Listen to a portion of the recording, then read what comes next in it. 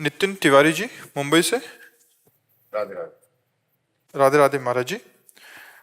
महाराज जी, पर ब्रह्म परमेश्वर कौन है? शिव जी, विष्णु जी या ब्रह्मा जी? एक है वो, अनेक रूपों में प्रकट है। जिस रूप में मान लो आप, जिस रूप में मान लो, वो एक है, अनेक रूपों में प्रकट है। वो तो भगवान के स्वरूप है, पर ये भी सब भगवान के स्वरूप है। एक जगह कहीं मान लो, जहां मान लोगे वहीं से अनुभव हो जाएगा। पाषाण में मान लिया तो कितने सिद्ध हो गए, काष्ठ में मान लिया तो कितने सिद्ध हो गए, जल में मान लिया तो कितने सिद्ध हो गए। जहां मान लो वो एक है, एक होते हुए अनेक रूप में है। अब जो मान लो सब में वही एक है, दूसरा कोई है ही नहीं। वही शिव है, वही सब है। पहुंच हो तो हमारी शब्दों को पकड़ना। श्रीमद् भागवत में जब वेन के 100 का मंथन हुआ तो भगवान का अवतार हो गया। दाहिनी भुजा में पृथु भगवान और बाई भुजा से अर्ची महारानी, जो लक्ष्मी जी के अंश से है। मृत शरीर से भगवान का अवतार हो गया, पृथु अवतार। याद कर लो, पृथु अवतार। वही शिव है, वही शव है, वही शक्ति है, वही शक्ति रहित है। जहां जिधर दृष्टि डालो वो ही वो है। अब तुम्हारी आस्था कहां जुड़ती है? खास बात यह है, वो एक है, एक होते हुए अनेक है। समझ पा रहे हो आप? कोई संशय इसमें? मुझे ऐसे ही लगता है कि जो आत्मा है वो परमात्मा से निकली हुई है। परमात्मा कौन है, इसी के बारे में ज्यादातर मेरा सवाल। बस तुम अभी फिर नहीं, अज्ञानी जीव कैसे समझ पाओगे? अभी ज्ञान की स्थिति तो है नहीं। एक है वही अनेक है। अभी सारा किया इन्हीं में है, तो तुम में नहीं है क्या? आत्मा कौन है? आत्मा कौन है? परमात्मा का रूप है। फिर और किस परमात्मा की खोज कर रहे हो? अब अब क्या है कि अपने लोग बाहरी शरीर को मैं मानते हैं। जैसे आपकी आयु कितनी है?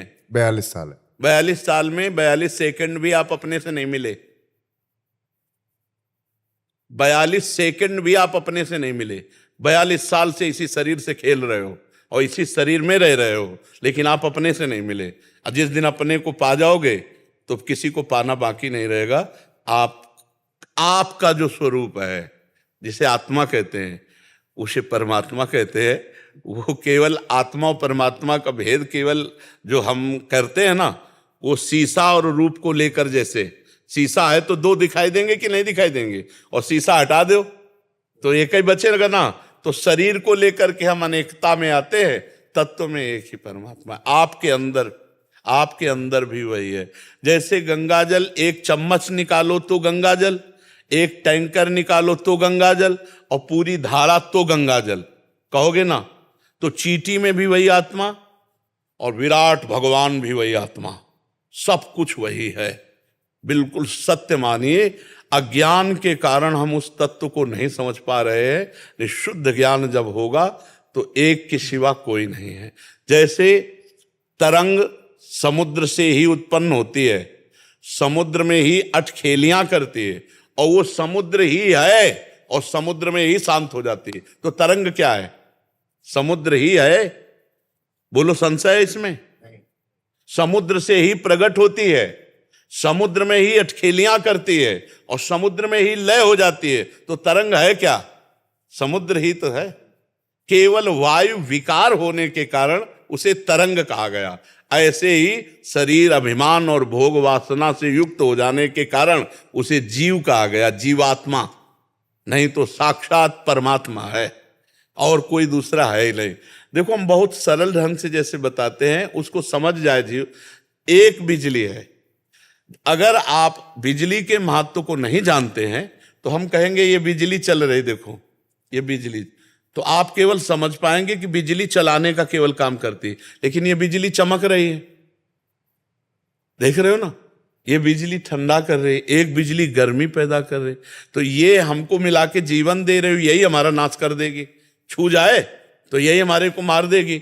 बिजली ही जीवन देने वाली और बिजली ही जीवन लेने वाली, बिजली ही अंधकार, बिजली ही प्रकाश। तो ऐसे ही परमात्मा इस सृष्टि रचने वाला, परमात्मा इस सृष्टि पालन करने वाला, और परमात्मा इस सृष्टि का लय करने वाला, और परमात्मा इस सृष्टि बनने वाला, और परमात्मा इस सृष्टि बनाने वाला, और परमात्मा सृष्टि का लय करने वाला, और पर जिसका लय हो रहा है वो भी परमात्मा ही है। शुद्ध ज्ञान ये है। पर यहां तक पहुंचने के लिए साधना है। इतने मात्र से आप जान नहीं गए, लेला इतने जैसे इतना सुन लिया तो आपकी समझ में तो आ गया, लेकिन जान नहीं लिया। जिस दिन जान जाओगे उस दिन महान आत्मा हो जाओगे। कितना भेद होता है देखो। पाप करने वाले को क्या कहते हैं? पापात्मा। पुण्य वाले को क्या कहते हैं? पुण्यात्मा। भजन करने वाले को क्या कहते हैं? महात्मा। नहीं कहते, लेकिन सब में आत्मा तो एक ही है ना। पाप आत्मा, पुण्य आत्मा, जीव आत्मा, महान आत्मा, परम आत्मा। तो जो पीछे वाली बात है वो सब में एक ही है ना। तो बस पीछे वाली बात देखो, आगे वाली नहीं। आगे वाली तो क्रियाएं हैं। एक पाप क्रिया करता है, एक पुण्य क्रिया करता है, एक भजन क्रिया करता है, एक बुरी क्रिया करता है। अंतर में जो बैठा हुआ है वो परमात्मा ही आत्मा है, दूसरा कोई नहीं। आत्मा और परमात्मा में जो अभेद देखता है वही सच्चा ज्ञानी है। जो भेद देखता है अभी वो अज्ञानी है। अच्छा, ये जब हम आपसे पूछे कि आपके अंदर आत्मा है, हाँ, तो इनके अंदर भी आत्मा है, तो यहाँ कितनी आत्माएं होंगे? 30-40 आत्माएं तो हो गई, और वो एक है। तो ये कैसे पता चलेगा? इसमें तो 40-50 आत्माएं बैठ जाएंगी, नहीं बैठ जाएंगी। अब 100 घड़े रख दिए गए और सूर्य का प्रतिबिंब 100 घड़े में पड़ा, तो सूर्य 100 थोड़ी हो गए। और घड़े फोड़ देने से सूर्य को कोई हानि हो जाएगी क्या? ऐसे शरीर नष्ट होने पर आत्मा का कुछ नहीं बिगड़ता। नैनम छिंदन्ते शस्त्राणि नैनम दाति पावका न चैनम क्लेदन्त्यापो। ये घड़े हैं, वो मिट्टी के घड़े, ये मांस के घड़े हैं। इसके अंदर जो तेज है वो परमात्मा का है, और उस तेज को आप नहीं देख पा रहे हैं क्योंकि आपकी दृष्टि शरीर पे आ गई। आपका परिचय पूछे तो आप शरीर का परिचय बताएंगे, और शरीर आप नहीं हैं। पर इस समय पूरे शरीर आप बने बैठे हैं। नहीं बैठे, देखो बातें हम कुछ भी करें लेकिन लगता है ना मैं। तो जब ये मैं, तो आप अपने स्वरूप को नहीं जान पाए, और जब उसको जान जाओगे तब ये मैं खत्म हो जाएगा, और जब मैं खत्म हुआ तो जन्म मरण खत्म हो जाएगा। बहुत बड़ा खेल है। जानते हुए भी नहीं जानने की स्थिति में माया रखती है, नहीं जानने की स्थिति में। अब जैसे आप सुन लिए तो आप यही बात दोहरा दो तो कोई कह गया तो बहुत ब्रह्मज्ञानी, लेकिन वास्तविक आपको अनुभव कुछ नहीं तो अनुभव जब तक ब्रह्म का ना हो तब तक ये बात केवल प्रवचन से नहीं समझ में आएगी। नायमात्मा प्रवचने न लभ्या न मेधया न बहुना श्रुते न। बहुत सुनने से या बहुत प्रवचन करने से कोई आत्मज्ञानी नहीं हो जाता। साधना करके जब अनुभव होता है तब वो आत्मा। साधना में लगना पड़ेगा। अब साधना क्या साधना हो रही कलयुगी प्राणी की? समय से बाल भोग, समय से रात दोपहर का भोग, शयन भोग और मनमानी भोगों का आचरण, ये साधना हो रही। ईमानदारी से देखो तो जो मन में आया सो कर बैठे, तो इससे परमात्मा बोध तो नहीं होता है। मन को मार ले फिर हो गया भजन। मन को मार ले, एक एक तरंग उसकी मार दे, एक एक वृत्ति उसकी मार दे। अब मन कहे कि अमुक हो, नहीं, फिर जो जलाए, फिर उस समय मैं शरीर नहीं हूं, तब बात समझ में आई। ये तो बड़ी कहानी है। इसलिए हमें लगता है नाम जप करो भगवान का खूब अधिक से अधिक, और पवित्र आचरण करो, दूसरों को सुख पहुंचाओ, इसी से काम बन जाएगा। भगवान का नाम जप करो और पवित्र आचरण, दूसरों को सुख पहुंचाओ, सब में भगवान विराजमान है। तो इसी से भगवान कृपा करेंगे तो ज्ञान भी हो सकता है, प्रेम भी हो सकता है, कल्याण भी हो सकता है। तुहिना जी, राधे राधे। राधे राधे। महाराज जी, आपके चरणों में कोटि कोटि प्रणाम। महाराज जी, रामायण जी में एक चौपाई आती है, सन्मुख होई जीव मोहि जबहि, कोटि जन्म अगनासहि तबहि। भगवान कहते हैं जब जीव सामने आता है तो कोटि जन्मों के पाप नष्ट हो जाते। सामने आना नहीं है, सन्मुख होना है। जैसे अभी हम प्रभु से विमुख होकर संसार के सन्मुख हैं। स्त्री पुरुष, अच्छा बुरा, ये सब दिखाई दे रहा है हमको। अभी हमें भगवान तो नहीं दिखाई दे रहे ना। देखो गोस्वामी तुलसीदास जी सन्मुख हुए भगवान के, तो उनको संसार नहीं दिखाई दे रहा। वो कह रहे जड़ चेतन जग जीव जत सकल राम मैं जान। अब राम ही राम उनको दिखाई दे रहे हैं, जड़ में, चैतन्य में। जलचर थलचर नभचर नाना, जितना भी उनको दिखाई दे रहा है, ये जड़ चेतन जितना जीव है, बोले सिय राम मैं सब जग जानी, करूं प्रणाम जोरी जुग पानी। सन्मुखता का तात्पर्य है हमारी दृष्टि भगवान की तरफ, हमारा चिंतन भगवान की तरफ, हमारे आश्रयदाता भगवान, हमारी आशा भगवान, हमारा बल भगवान, हमारा भरोसा भगवान, हमारी एक एक वृत्ति ये भगवान की सन्मुख। जब जीव भगवान के सन्मुख होता है, करोड़ों जन्म के पाप भगवान उसके नष्ट करके उसे करूं सद्य ते साधु समाना। भगवान कह रहे ना, जो नर होए चराचर द्रोही, आवे सभय सरन तक मोही, तो तज छल कपट मोह मद माना, करूं सद्य ते साधु समाना। उसे साधु बना देते हैं भगवान, उसे महात्मा बना देते हैं, चाहे जिस वेश में हो, स्थिति उसकी महात्मा कर देते हैं। भगवान के सन्मुख होना और भगवान से विमुख होना, ये अंतर है। हम अभी लगभग सब भगवान से विमुख हैं, क्योंकि शरीर का प्यार, शरीर संबंधियों का प्यार, इंद्रियों के भोगों का प्यार, ये सब भगवान से विमुखता है। जब हमारे मन में, हमारी बुद्धि में, हमारे चित्त में, हमारे अहम में भगवान के सिवा कोई नहीं, तब हमारी भगवान की सन्मुखता मानी जाएगी। अभी हम भगवान से विमुख हैं। भगवान के सन्मुख हर समय हमारा चिंतन भगवत चिंतन, और जो हमारे सामने आवे सब में भगवान को देखें। हमारा जो भी कर्म हो वो भगवान के लिए, ये भगवान की सन्मुखता है। समझ पा रहे आप? प्रधानाचार्य मनवीर सिंह जी। जी राधे राधे महाराज। महाराज जी राधे राधे, आपके चरणों में कोटि कोटि प्रणाम। महाराज जी, मनुष्य के पास धन संपत्ति, वैभव, संतान, सगे संबंधी इत्यादि उपलब्ध होते हैं, इसी कारण वह देह त्याग, मृत्यु से डरता है, परंतु अन्य प्राणी चींटी से हाथी पर्यंत मरना, देह त्याग नहीं चाहते, अर्थात मृत्यु से डरते हैं। ऐसा क्यों? सबको शरीर से राग है, किसी को किसी से प्यार नहीं। मूल चीज पे आओ ना। हमको कोई शरीर भोग प्रिय है, तो वो शरीर हमें प्रिय लग रहा है इसलिए कि हमारी इंद्री को उस भोग मिल रहा है। हमको कोई वस्तु प्रिय है क्योंकि हमारी इंद्री को प्रिय है, इसलिए। बहुत सूक्ष्म विषय है। आप जो भाव कर रहे हो कि घर, स्त्री, परिवार ये सब बहुत प्रिय लगता है, इसलिए मनुष्य शरीर छोड़ना नहीं चाहता, लेकिन पशु पक्षी का घर प्रिय। सबसे ज्यादा देह प्राण ते प्रिय कछु नाही। समझ पा रहे हो? तो हम किसी को प्यार नहीं करते, मूल में आके अपने को प्यार करते हैं, अपनी देह को, अपने प्राणों को प्यार करते हैं। तो मूल कारण मृत्यु से भय का कारण ये देहाभिमान है, अपना देहाभिमान। तो सब पशु पक्षी को भी अपना देह प्रिय है। अंतर क्या है?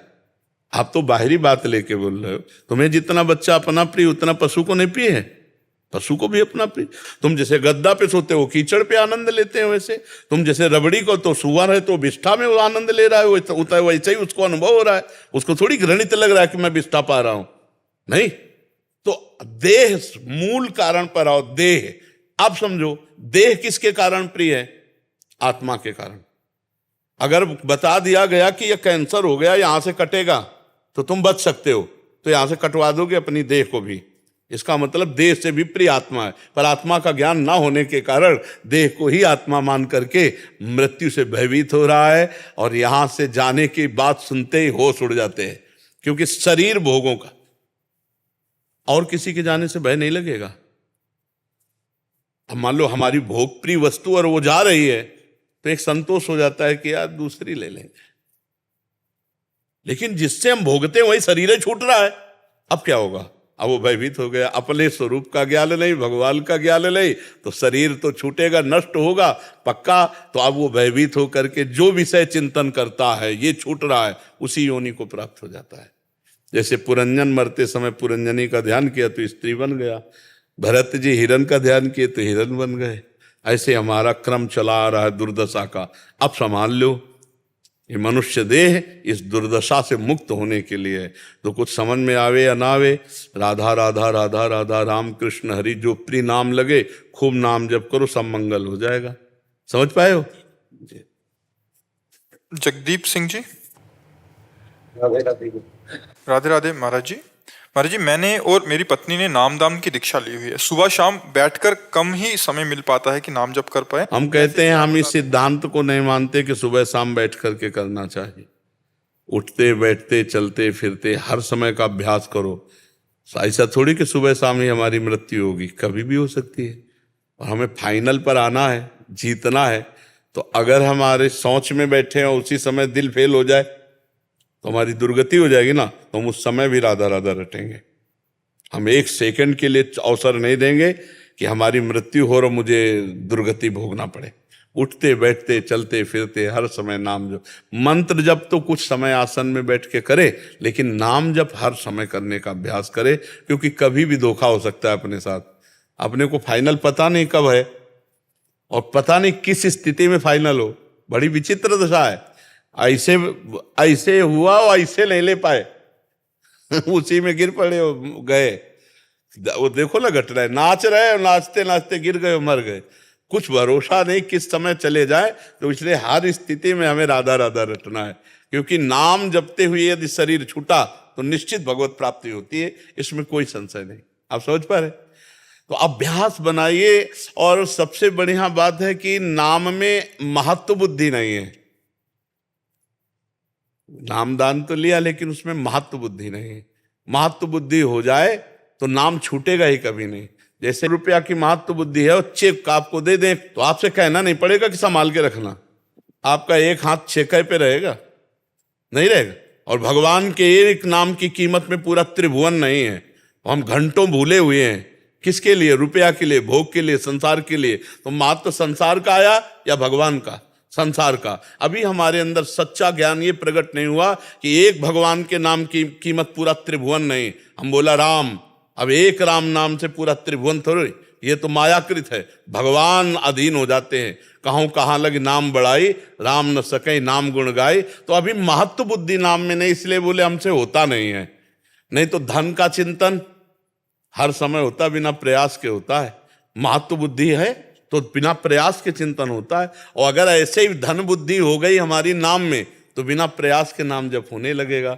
और यहाँ से जाना है और इस देश का सिक्का वहां जहां जाना है चलता नहीं है तो बेकार ही तो है यार। अपने घर जाना है, आए तो हम परदेश में और हमको लगता है ये हमारा घर है, नहीं लगता है। और यहां से जाना सबको ही जानता है जाना, और 1 रुपया साथ नहीं जाना, एक व्यक्ति साथ नहीं जाना, उसके लिए तो हम इतना मर रहे हैं। और जहां जाना उसके लिए 1 पैसे की कमाई नहीं। इसलिए कबीरा सब जग निर्धना, धनवंता नहीं कोई, धनवंता सोई जानिए जाके राम नाम धन हो। खूब जो नाम जप कर, नाम रूपी धन। और अच्छा, नाम का ये प्रभाव है कि इस लोक और परलोक में दोनों जगह सुख मिलेगा। इस लोक में भी सुख मिलेगा, परलोक में भी सुख मिलेगा। और ये आप करके देख लो, मनुष्य जीवन मिला। अच्छा, इसमें पैसा तो लगता नहीं कि आप इतने रुपया भरो, तो ये बात फ्री है। अंदर से बस शुरू कर दो, राधा राधा राधा राधा राधा राधा राधा राधा। और जो तुम कर रहे हो उसमें पाप कर्म हटा दो, पाप कर्म मत करो, फिर देखो आपका मंगल कैसे होता है। अब पाप कर्म करोगे तो गंगा स्नान करके आए और फिर सब धूल लपेट लिए तो फायदा क्या हुआ। अब मान लो नाम जप कर रहे हो, पाप भी कर रहे हो, तो फिर चलनी में गैया दुहे, चलनी में गैया दुहे। और दोष दैव को दे, हरि गुरु कहो न मानई, तो अपनो ही फल ले। अब चलनी में गाय दुहे, कह दे हमारे भाग्य में नहीं लिखा दूध, नहीं, उसमें छेद है। आप ऐसे पात्र में दुहो जिसमें छेद ना हो, तो पाप कर्म छेद है। तुम नाम जप करोगे वो सब पाप कर्म के द्वारा। इसलिए पाप कर्म ना करो और नाम जप करो, फिर देखो नाम का क्या महत्व प्रकट होता है। इस लोक में और परलोक में भी परमानंद का अनुभव होगा। हम ये कहते सुबह शाम जो करो तो करो ही, लेकिन चलते फिरते उठते बैठते का अभ्यास करो। जो नाम गुरु जी ने दिया है उसका नाम जप करो। क्यों भाई? डॉक्टर अमरनाथ कुलकर्णी जी, राधे राधे महाराज जी, आपके चरणों में कोटि कोटि नमन। महाराज जी, मैं हैदराबाद में डॉक्टर हूँ, बच्चों का डॉक्टर हूँ। महाराज जी, आपका सत्संग लगभग 3-4 वर्षों से सुन रहा हूँ। आपके श्री वचनों से साधना में आगे बढ़ने की हिम्मत मिलती है। महाराज जी, मेरा ये प्रश्न है कि 20-25 वर्षों से मैं एक ब्रह्म ज्ञानी गुरुदेव से दीक्षित हूँ, वैराग्य शतक भी पढ़ रहे हैं, साधना भी कर रहे हैं, फिर भी हमारा देहाभ्यास नहीं जा रहा, विषय विकार नहीं जा रहा। कैसे वैराग्य को दृढ़ करें? कृपया महाराज जी मेरा मार्गदर्शन करें। निज अनुभव या कहो खगेसा है, निज अनुभव। वेदांत पढ़ना, वैराग्य शतक पढ़ना, संतों का संग करना, ये सब परम पवित्र भगवत मार्ग में पुष्ट करने वाले हैं। लेकिन भगवत मार्ग में चलने की जो प्रक्रिया है वो है चिंतन। आपका सतत चिंतन कहाँ होता है? देह में या ईश्वर का या स्वरूप?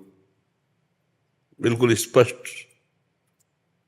सतत चिंतन ईश्वर का होता है, करना है, या साक्षी भाव से रहना है, या देह भाव से, ये निर्णय उपासक करता है।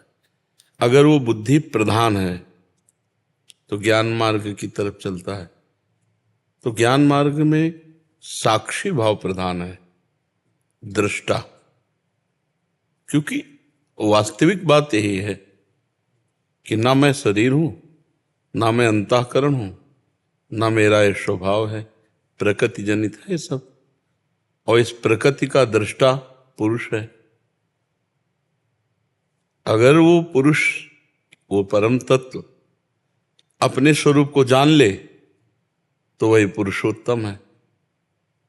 जानत तुम्हें तुम्हें हो जाई, ब्रह्मविद ब्रह्मवि भवत। इस पूर्व का संपर्क होने से उसको पुरुष कहा गया। ये पुर है ना, इसी में रंजन करने लगा तो पुरंजन कहा गया। नहीं, ना तो पुरुष है और ना पुररंजन है। जब बोध होगा तो वही पुर है, वही पुरुष है और वही पुररंजन है। पर जब तक बोध नहीं होता तब तक दो प्रक्रिया अपनाई जाती है, व्यतिरेक नहीं है, अन्वय है। पहले पूरा टोटल उड़ाते हैं, ब्रह्म सत्यम जगन मिथ्या। एक स्वप्न है, जैसे हम स्वप्न में बहुत से व्यक्ति, वस्तु, स्थान, सब कुछ देखते हैं, होता कोई उसमें नहीं है। एक मन के सिवा, मन तमोगुण में लीन नहीं हुआ, बचा रहा, तो स्वप्न की सृष्टि कर दी और लीन हो गया तो घोर निद्रा में पहुंच गया। तो एक मन ही बाजार बन गया, स्त्री बन गया, पुरुष बन गया, मित्र बन गया, शत्रु बन गया। और मैं भी था उसी में, मैं भी उसी में था। और मन ने सब कुछ रच दिया, कुछ नहीं था, केवल उसकी एक कल्पना थी, एक संकल्प था स्वप्न मन का। पर यह पता तब चला जब हम जग गए कि सब झूठा, मिथ्या, मन की एक कल्पना। उसी में दो वृत्तियां जागृत होती, सत और असत। स्वप्न में शुभ और अशुभ, शत्रु और मित्र, सुख और दुख, तो हर द्वंद्व असत्य सा था। केवल जगने वाला पुरुष ये अनुभव कर सकता है, स्वप्निक नहीं। स्वप्न में जो डूबा हुआ है उसको नहीं पता है कि मैं स्वप्न देख रहा हूं, उसको सत्य भास रहा है। लेकिन जगे हुए पुरुष को यह अनुभव होता है कि स्वप्न था जो अभी देख रहे थे और टोटल असत्य था। उमा कहूं मैं अनुभव अपना, सत हरि भजन, जगत सब टोटल सपना। पहले नहीं, अब हमको पूरा सत्य नजर आ रहा है तो हम स्वप्निक पुरुष हैं कि ज्ञानी पुरुष जगे हुए हैं? ध्यान दें, स्वप्निक पुरुष हैं, क्योंकि हमको स्त्री नजर आ रही, पुरुष नजर आ रहा है, मान अपमान, सुख दुख, सत असत, ऐसा सब कुछ। तो ये जो द्वंद्व नजर आ रहे हैं, नानात्व नजर आ रहा है, ये स्वप्निक पुरुष को आता है, जगे हुए पुरुष को नहीं। जब पुरुष जग जाता है तो सर्वम खलविदम ब्रह्म ने नानास्ति किंचन। सर्वम ये मायामय शब्द है, केवल ब्रह्म, केवल ब्रह्म, न मैं न तू, ब्रह्म केवल, ब्रह्माकार वृत्ति। अब इसमें देखना है कि ज्ञान भाव में यदि हम चल रहे हैं तो हमारी वृत्ति केवल ये सुन लेने से नहीं होगा, पढ़ लेने से नहीं होगा, सुना देने से नहीं होगा। ये तो श्रद्धावान पुरुष इस ज्ञान को प्राप्त हुआ। अब तत्परा संयतेन्द्रिया, श्रद्धावान लभते ज्ञानम तत्परा। तत् माने संबोधन है, जो तुम्हें ज्ञान प्राप्त हुआ शास्त्र और संतों से, तो तत्परा उसके परायण हो। केवल सुनने से बात थोड़ी बनेगी। संयतेंद्रिय, अपनी इंद्रियों और मन को विषय भोगों से हटा करके थोड़ा एकाग्र कीजिए, अंतर्मुख कीजिए। अब जो ज्ञान प्राप्त होगा इसके बाद वो पराम शांति।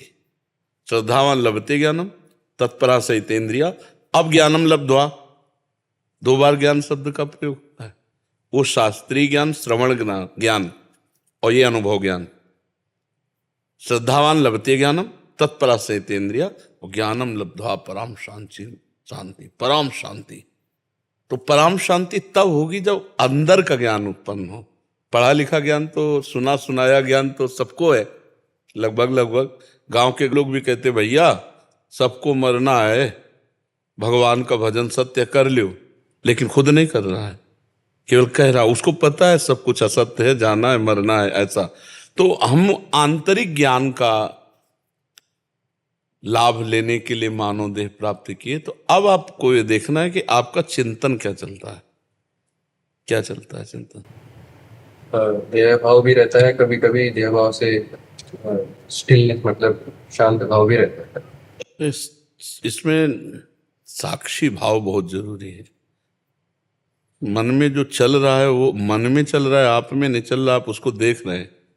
शरीर की जो क्रियाएं हो रही है वो आप नहीं कर रहे हैं, आप उसको देख रहे हैं, आप उसके साक्षी हैं, आप उसके दृष्टा हैं। ये कितनी देर बने रहते हैं? 30 to 40%, 30 से 40% तक कर रहा हूँ लगातार। 3 साल से 24 कर रहा हूँ आप सुनने के बाद। हाँ, इसका अभी शब्दावली में सुधार आएगा। अभी मतलब ज्ञान शब्द में अभी पकड़ जाओगे, जैसे ऐसे ना अहंकार विमूढ़ आत्मा करता मिति मन्यते। पता चल रहा है लेकिन अभी नहीं जा रहा। हाँ, धीरे धीरे।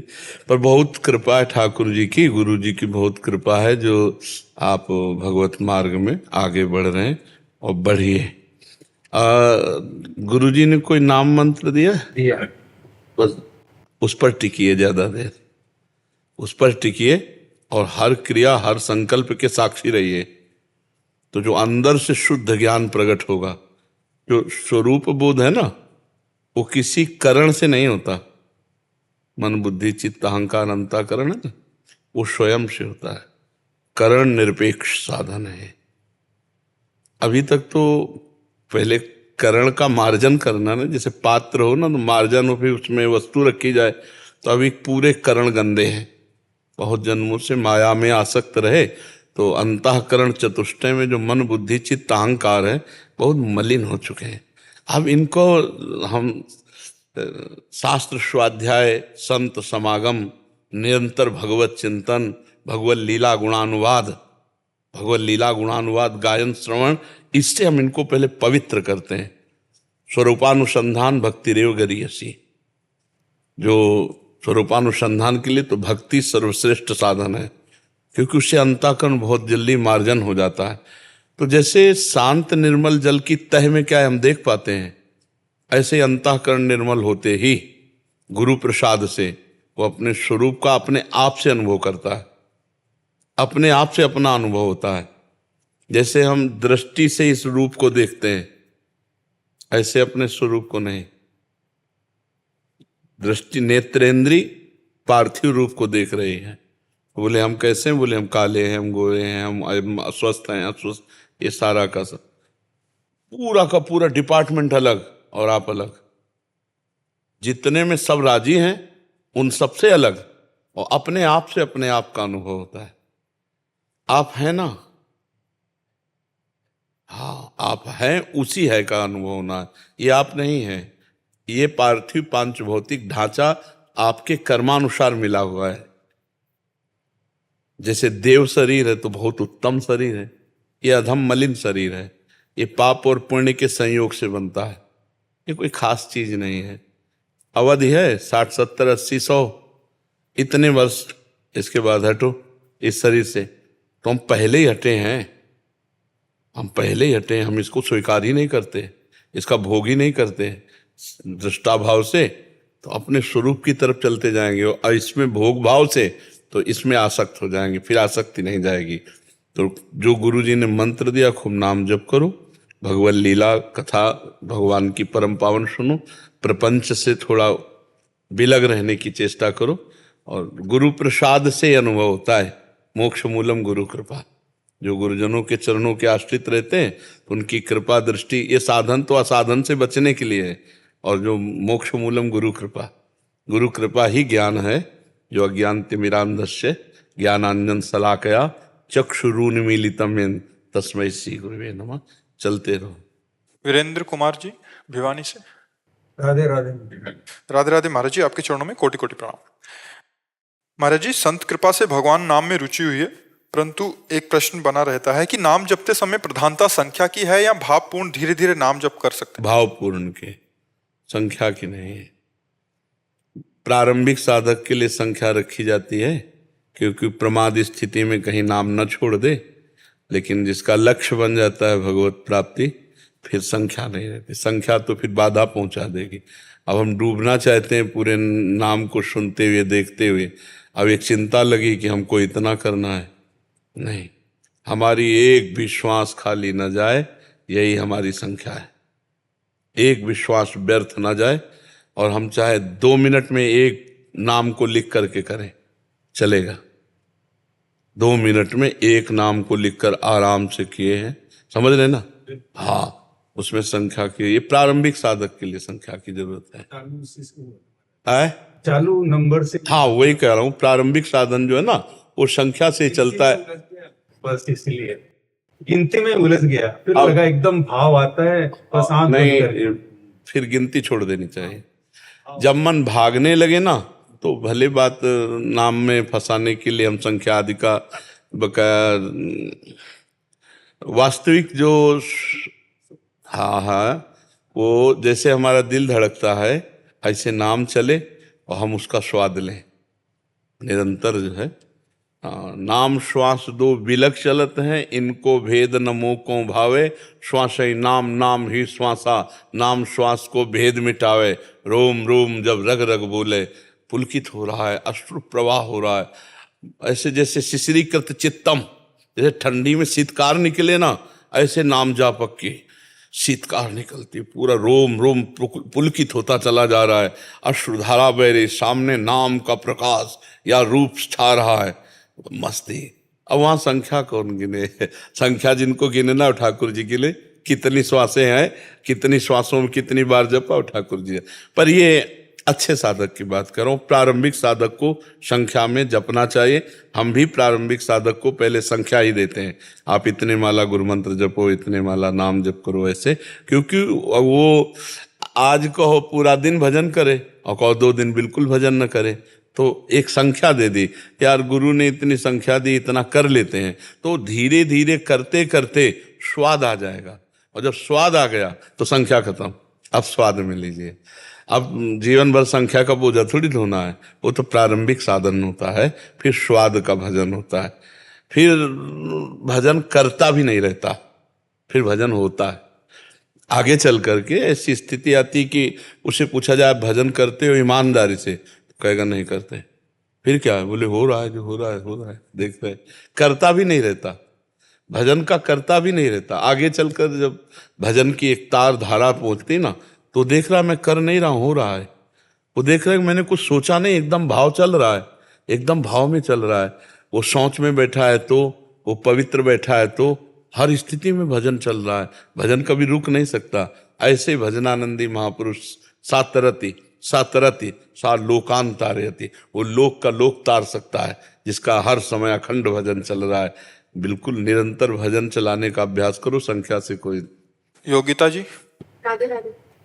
राधे राधे महाराज जी, आपके चरणों में कोटि कोटि प्रणाम। गुरुदेव, आप जी के श्रीमुख से सुना है कि आत्मबोध या तत्वबोध उस व्यक्ति को होता है जिसको आत्मा वर्ण कर लेती है। महाराज श्री, आत्मा के किसी व्यक्ति विशेष को चुनने या वर्ण करने के पीछे क्या कारण होता है और इससे साधक का जीवन कैसे बदल? देखो, जो आज्ञा पालन करके अहंकार रहित होकर के भगवान की चरण शरण में जाता है, तो आत्मा कौन है? भगवान ही है ना। आत्मा कोई और व्यक्ति थोड़ी है। कोई व्यक्ति का नाम आत्मा है क्या? उसी को ज्ञानी जन आत्मा कहते हैं, भक्त जन भगवान कहते हैं, योगी जन परमात्मा कहते हैं। वैसी के विविध नाम हैं, भगवान जिसको वरण कर लेते हैं, वरण का मतलब जब आप मन वचन कर्म से भगवान के चरणों की तरफ बढ़े और अहंकार रहित होकर कि नाथ मैंने देख लिया, मेरे बनाए ना बनेगी कोटि कल्प लो, आपके बनाए बनेगी पल पाऊं। आप चाहो प्रभु तो एक क्षण में हमारा चित्त आप में डूब जाए, मैं जीवन भर प्रयास करता रहूंगा लेकिन असफल रहूंगा, प्रभु आप कृपा करो। अब वो जो दैन्य है, यही दरबार दीन को आदर रीति सदा चले आई। एक है भजन कर रहा है, उसको गर्व है कि लोग सब विषयी पामर नीच जीव बहुत जन्म लग सकते हैं, और एक है भजन कर रहा है पर उसको ये है कि प्रभु मैं बहुत नीच हूं, भला मेरी पुकार मेरा भजन आपको कैसे रिझा सकता है नाथ, मैं तो हर तरह से पतित हूं, हमें तो बस भरोसा आपकी कृपा को और कहा है। आप सब भजन हो रहा है, सब साधन हो रहा है, पर उसको कि भरोसा तो केवल आपकी कृपा को और कहा है। सुनेरी मैंने निर्बल के बल राम, अपबल तपबल और बाहुबल, ये सब बल है, अपना बल तपस्या का बल, बाहुबल रुपया का बल, तपस्या, ये बल अगर हैं तो अभी आत्म तत्व ने उसको वर्ण नहीं किया, देहाभिमानी जीव है। आत्म तत्व श्री भगवान है, भगवान जब स्वीकार कर लेते हैं तो धन्यता का प्रादुर्भाव होता है। ये दरबार दीन को आदर, तो सब भगवान के हैं, सब मम प्रिय सब उपजाए, पर जो मन क्रम वचन छाण चतुराई, भजत कृपा करिए रघुराई।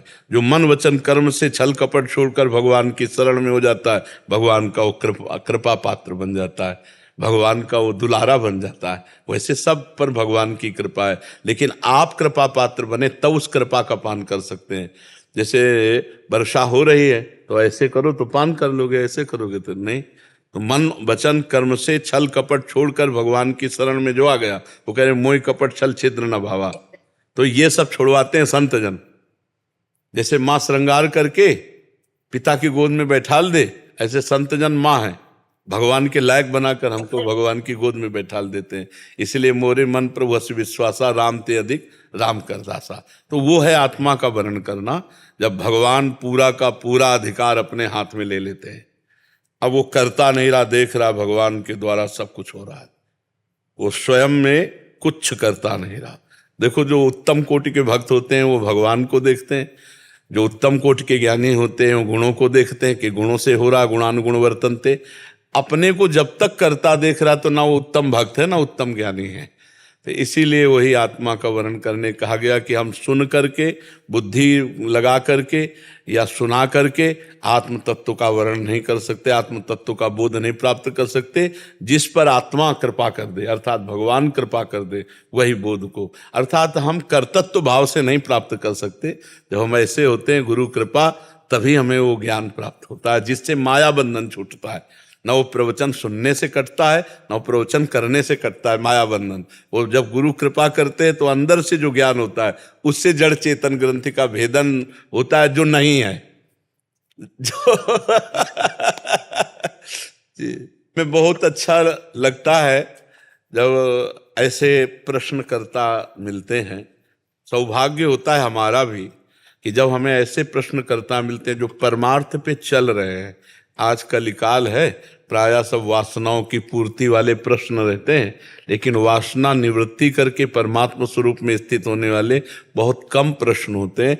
और जब ऐसे प्रश्न होते हैं तो जैसे ऐसे चल रहा है, अब ये शाम तक चलता रहे तो हमें बिल्कुल परेशानी नहीं होगी, क्योंकि ये अंदर की खुराक पूर्ति होती जा रही ना। और जब ये प्रपंच की बात आती तो लगता है कि समय व्यर्थ जा रहा है, समय नष्ट हो रहा है।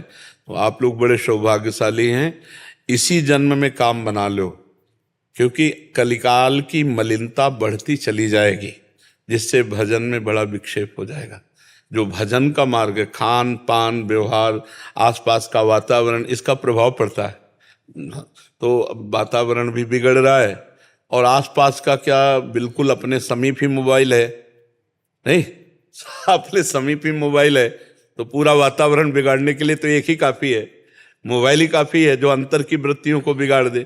तो आज कोई साधना करे ये बहुत बड़ी बात है, मोबाइल वाला कोई साधना करे बहुत बड़ी बात है। इसलिए हमें बहुत अच्छा लगता है जब कोई शास्त्रीय पद्धति से चलता हुआ परमार्थ में लगता है हाँ अभी हमारे भारत में जीवित है, हमारी अध्यात्म विद्या जीवित है।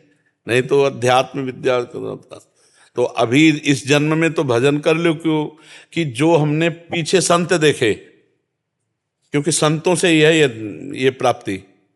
ये मार्ग भी शुरुआत संतों से होती है और पुष्ट संतों से होता है, पूर्णता भी संतों से ही होती है। अब जैसे पहले संत महात्मा हमने जो देखे वो अब नहीं रहे, कुछ ऐसे हैं गिने चुने ऐसे एकांत सेवन करने वाले, और आज जो गिने चुने हैं वो कल नहीं रहेंगे। जैसे पहले संत जन भगवान की छवियां टांगते अब मोबाइल वो है। अच्छा, वो इतना दुलारा है कि कुन्न से बोला कि तुरंत अब जहां हम अंतर्मुख होने के लिए बाबा जी बने भगवत मार्ग में कि सब कुछ छूट जाए और शांत एकांत, हम जहां मन लगा रहे वहां लगे, और वो 1 मिनट अंतर्मुख नहीं होने देगा। किसका मैसेज है, क्या है, क्या है नहीं। अब ये कैसे भजन हो, क्योंकि भजन तो अंतर्मुखता है, भजन का मतलब तो अंतर्मुखता है। तो अब जो अभी 20-25 वर्ष में तो साधुता का एक हम लोग मतलब रोल कर रहे हैं, लेकिन साधुता का जो स्वरूप है वो मोबाइले चौपट कर रहा है। जो चाहो आप देख लो। स्वजन बांधवों से दूरादपास्य स्वजनान सुखमर्थ कोटिम सर्वेषु साधन वरेश चिरम निराशा। अपने स्वजन संबंधियों से दूर रह करके त्यक्ता स्वजन बांधवा, भगवान कह रहे मेरे लिए स्वजन बांध। अब मोबाइल जब चाहो जिससे चाहो बात कर लो। अच्छा, सर्व विषय जो अर्थ के द्वारा प्राप्त होने वाले भोग हैं, जो शरीरों के भोग हैं, सब कुछ आपको मोबाइल में मिलेगा। आप एकांत बंद करके कमरा, चित्तवृत्ति प्रभु में लगाओ या चित्तवृत्ति भोगों में लगा दो। तो प्रभु में लगने के लिए तो मन कहेगा नहीं, मन तो यही कहेगा मोबाइल लगाओ, या तो गेम खेलो, या तो भाई सीरियल देखो, या इधर उधर गंदी बातें देखो। चौपट हो गया साधक। अब वो बाहरी वेशभूषा बनावट रहेगी, और अंदर से खोखला रहेगा, अंदर से खोखला होगा। जो चिंतन चलेगा वो बहुत गंदा होगा। ये अभी 20-25 वर्ष की बात करो। अब आगे आगे भगवान जाने कैसा। अब देखो, शुद्ध दूध, शुद्ध भोजन, शुद्ध वस्तुएं मिलना बड़ी समस्या आ गई ना। शुद्ध भोजन मिलना समस्या आ गई। कौन आदमी कैसे अपवित्रता से क्या क्या चीजें बेच रहा है। भाई अगर साधु जीवित है तो समाजे में तो जीवित है, खाएगा तो समाजे का अन्न खाएगा ना, कपड़ा तो समाजे के पहनेगा ना। अब अधर्म के द्वारा यदि हमें अन्न दिया जाएगा, अधर्म के द्वारा हमें पोशाक पहनने को मिलेगी, तो हमारी बुद्धि क्या होगी, अधर्ममयी होगी। तो कहाँ से भगवत तत्व का साक्षात्कार। तो अभी इस जन्म में अभी चांस है, अपने लोगों को अभी चांस है। आगे और ऐसा समय आने वाला है जहां चांस नहीं है कि आप भजन कर लो। ऐसा चांस, जैसे अभी भारी समस्या हमको मोबाइल दिखा दे रही, साधक के लिए भारी समस्या मोबाइल है, जिसको लोग समझ नहीं रहे। क्योंकि जिस सूक्ष्मता की हम बात कर रहे हैं कि जहां संकल्प ही नहीं उदय होना है, इतना अंतर्मुख होना है। साधना क्या समझी जा रही, साधना का मतलब क्या है, चित्त वृत्ति का पूर्ण रूप से शांत हो जाना। मन में संकल्प विकल्प नहीं है, बुद्धि एक निश्चय करके परमात्मा तत्व में स्थित हो चुकी है। भक्त है तो निरंतर भगवान का चिंतन चल रहा है, और ज्ञानी है तो अपने स्वरूप में रमण कर रहा है। बाहर के भूलने के लिए तो कोशिश की जा रही। तो अब समय बहुत कम है भजन का। जो लोग चल रहे हैं बहुत सावधानी से चले, आहार शुद्ध, व्यवहार शुद्ध, आचरण शुद्ध, और खूब भगवत चिंतन कर लो। आगे जो जैसे जैसे समय कलिकाल का बढ़ता जाएगा, भगवत प्राप्ति के चांस बहुत कम रहेंगे। क्योंकि ऐसे संत नहीं मिलेंगे, ऐसा वातावरण नहीं मिलेगा, ऐसा खान पान नहीं मिलेगा। बस यही रहेगा कि यार अब बैलेंस बन गया ना, रुपया पैसा खाना पाना सुख से जी रहे हैं। ये बहुत बड़ा दुर्भाग्य साधक का, जो सुविधाओं का भोग करके राजी हो गया। कहा इसका हम पे भी आगे असर होगा, मतलब समय के साथ हमारी भक्ति भी छूट जाएगी क्या ऐसे? हाँ, अगर हमको संग ना मिले तो फिर उत्साह रहित तो हम हो ही जाएंगे। अगर हम जिधर देखें उधर सब आपके साथी भोग प्रधान हो, मान लो आप यहाँ आए तो आपको एक उत्साह मिल रहा है, आपको एक सपोर्ट मिल रहा है कि हर प्रश्न का उत्तर मिलेगा, अपनी हम बात स्थिति जाके कहेंगे। लेकिन जब ये जगह नहीं रहेगी आपकी हृदय की ऐसी स्थिति कि मैं अमुक जगह जाऊं और वो वहां कोई प्रश्न उत्तर नहीं है, जिधर देखो भोग विलासता, तो आपका मन क्या कहेगा, इसीलिए बहुत दृढ़ हो जाए, बहुत दृढ़ हो जाए। जो भजन के लिए एकांत स्थिति चाहिए वो सबसे ज़्यादा घातक मोबाइल है। आज हमारे नौजवानों को भ्रमित करना और सांसारिकता को भरना इस मोबाइल में बहुत है, और इस मोबाइल की बड़ी कृपा भी है। अगर अगर अगर सद्गुण न रखते तो कोई लेता ही नहीं पर सद्गुण में स्थित बना रहे, दुर्गुण ना इसका स्वीकार करे तो वो बहादुर आदमी है। पर साधक से ऐसा नहीं हो पाएगा, क्योंकि लड़ते लड़ते साधक हार जाता है। जैसे जो भक्ति मार्ग जो है और जो साधना मार्ग है, तो सनातन अगर बचा रहेगा तब। महाराज जी, सनातन इसी को कहते हैं ना। सनातन के 30 धर्म के लक्षण आज हमने बताए थे, सुना था सत्संग में। इसी को सनातन, सनातन किसे कहते हैं? कोई ऐसा लक्षण था क्या कि जो उसमें ना हो? सनातन धर्म में 30 लक्षण बताए थे, वहां शास्त्र से तो बता रहे थे। तो बस ब्रह्मचर्य, तपस्या, स्वाध्याय, नियम, सत्य, तपस्या, तितिक्षा, ये सब सनातन ही तो है। सनातन को क्या समझा गया है? नहीं, इसकी जो रक्षा करने का जो, अरे सनातन की रक्षा के बाद भगवान का, आप अपने आप में सनातन स्थापित करो, आप अपने में स्थापित करो, हम अपने में स्थापित करें, अपने में स्थापित करो। चल रहा ना सनातन। हम सनातन के ठेकेदार बनने के योग्य नहीं है। हम खुद को सनातन धर्म में पहले स्थित करें। सत्य, तपस्या, शौच, तितिक्षा, पवित्रता, जगत मंगल, नाम जप निरंतर, भगवत चिंतन, सब में भगवत भावना। क्या है सनातन का? एक लक्षण हमारे अंदर आ जाए तो पूरा सनातन आ जाए। बाद में सत्संग में यही कहा था, एक सनातन का लक्षण आ जाए पूरा आ जाए। एक आए थे परिकर पूरा सनातन का, जो सनातन के ठेकेदार थे, एक आए थे तो उनसे कहा था, प्रभु मन में कुछ और, वचन में कुछ और, आचरण में कुछ और, ऐसे हमारे सनातन धर्म का मंगल नहीं होगा। तुम्हारे मन में जो चल रहा है वही वचन में हो, तुम्हारे आचरण में वही हो। सनातन हरि है, सनातन वेद है, सनातन वायु है, सनातन आकाश है, सनातन पृथ्वी है, सनातन सच्चिदानंद है। कैसे सनातन को आपने क्या समझ लिया? एक जाति पक्ष, एक मानव धर्म का कोना। सनातन विश्व ब्रह्मांड को अपनी गोद में लिए हुए है। सनातन परब्रह्म परमात्मा है। हम सनातन को धारण करें, ये हमारी जिम्मेवारी है कि हम सनातन को धारण करें। ये सनातन को, ये सनातन, तो हम हो गए ना सब सनातन। सनातन क्या है? ब्रह्म। सनातन कोई जाति पक्ष धर्म मेड़ ऐसी नहीं है। सनातन ब्रह्म है। सबसे पहला शब्द था उसमें कि सनातन का वर्णन कीजिए। देवर्षि नारद जी से युधिष्ठिर जी ने कहा, तो उनका सनातन सर्व वेद स्वरूप है, वेद श्री हरि स्वरूप है। हम तुम्हें 30 सनातन धर्म के लक्षण बताते हैं। पहला शुरू हुआ सत्य, तो हम कहा था कि 100 नहीं, 1000 में कोई एक होगा जो सत्य बोलना और सत्य पे चलना, सत्य आचरण करना चाहता है। करता है कि नहीं ये तो हम नहीं, ये भी नहीं कह सकते कि 1000 आदमियों में एक आदमी तो करता है, बहुत कठिन है। दूसरा तपस्या, दया, शौच, तितिक्षा, जितने उसमें सब लिखे थे ना, अगर एक भी आ जाए हमारे अंदर तो हमारा जीवन प्रकाशित कर दे। सनातन धर्म ऐसा है। पर ऐसा नहीं कि नहीं है। हम ये जो दूसरों पर आरोप करते हैं तो हमें यह समझ में नहीं आता कि क्या हम किसी की निंदा कर दें तो सनातन कहलाएंगे क्या? हम किसी की हिंसा कर दें तो सनातन ऐसा नहीं है। ऐसा सनातन का स्वरूप नहीं है जैसा अपने लोग मान करके एक दूसरे की खिलाफत, एक दूसरे की हानि पहुंचाना, ये सब हमारा सनातन नहीं है। सनातन ब्रह्म स्वरूप है। जैसे माँ ऐसे सनातन है, सबको अपनी गोद में लेने वाला सनातन है। अब हाँ भाई, अभी पहचान बता दें। आप भाग करके भयभीत होकर किसी और के पास जाओ तो आपको धोखा दे सकता है, लेकिन आपके पास कोई भयभीत होकर आके आ जाए, आप सनातन धर्मावलंबी है तो आप अपना गला कटा सकते हैं, लेकिन उसकी रक्षा करेंगे। शरणागत को जे तजय निज नहीं तनुमान, ते नर पावर पाप में तिनई बिलोकत। बहुत महान सनातन धर्म है महाराज जी, वो हम आपको धारण करना है। सनातन धर्म हम आपको धारण करना है। हम आप धारण करेंगे तो सनातन को हाँ प्राप्त हो जाएंगे। सनातन ब्रह्म है, सनातन परमात्मा है। क्यों महाराज?